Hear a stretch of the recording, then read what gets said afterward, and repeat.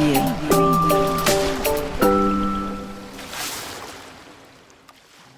Distracted While Diving by Peter Buzekot. The diver was a 48-year-old woman who had certified originally 20 years earlier, but had not dived much since. She'd recently taken a second open water diving course, and this had gone well. She was 1.7 meters tall, weighed 104 kilos, and had a body mass index of 36. She had recently lost 23 kilograms and was still in the process of losing weight, but was not actively dieting during this 7-day liveaboard trip in Australia. On the second day diving, the diver reported getting carried away while taking pictures. She stopped looking at her gauges and realized at 30 meters that she only had 70 bar left in her tank. Her dive body was motioning for her to ascend, so she began to do so purposefully. She reported feeling very worried, but was determined not to shoot to the surface. She began her steady ascent. At 15 meters she looked around, and initially she was unable to find her dive buddy. She watched her air supply dwindle further, and eventually reached 6 meters with about 20 bar of air left.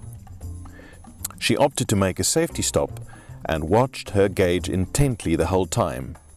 As soon as she finished, she motioned for her buddy to ascend the mooring line.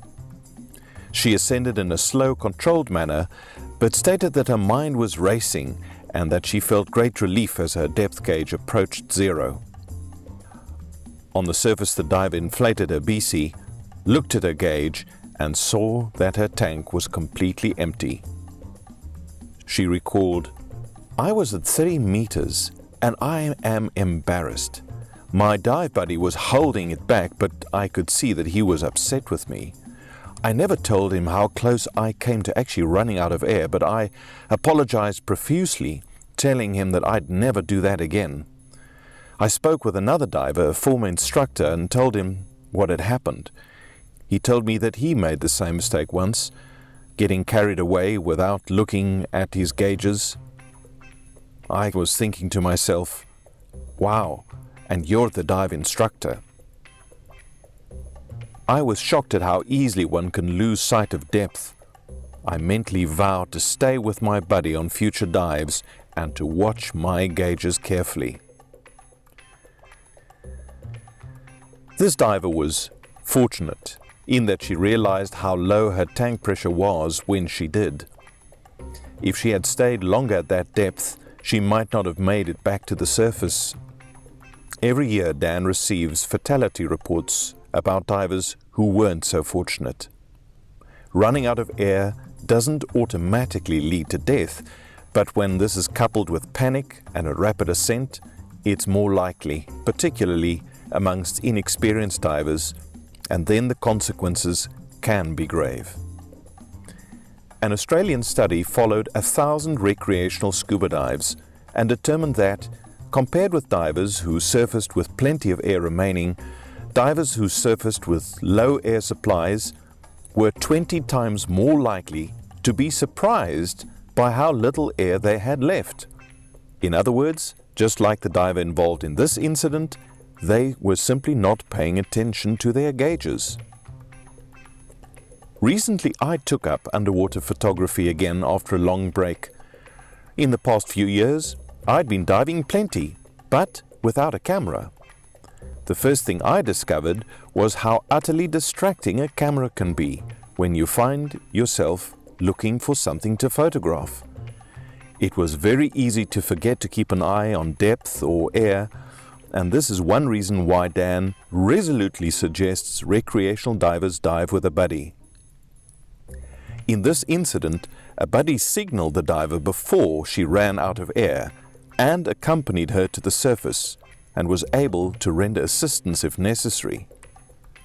This diver had a close call, learned a valuable lesson, and lived to dive another day.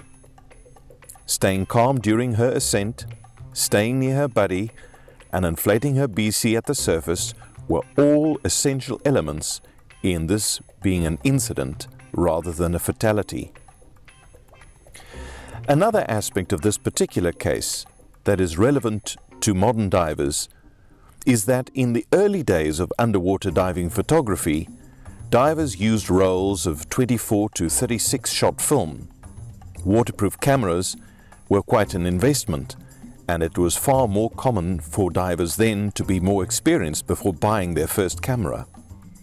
Today, however, just like this diver showed, even newly certified divers can pick up a relatively inexpensive underwater camera before they have developed keen situational awareness through many years of diving. The relative inexperience and distraction a camera offers makes for an unsafe combination underwater. Therefore, newer divers who want to take cameras underwater are advised to discuss the dive plan with their buddies before entering the water, and to be careful about not getting too distracted. It can be very easy to lose sight of depth, time and gas supply when you're looking for that perfect image. So stay alert and don't compromise on your safety for the sake of a photograph.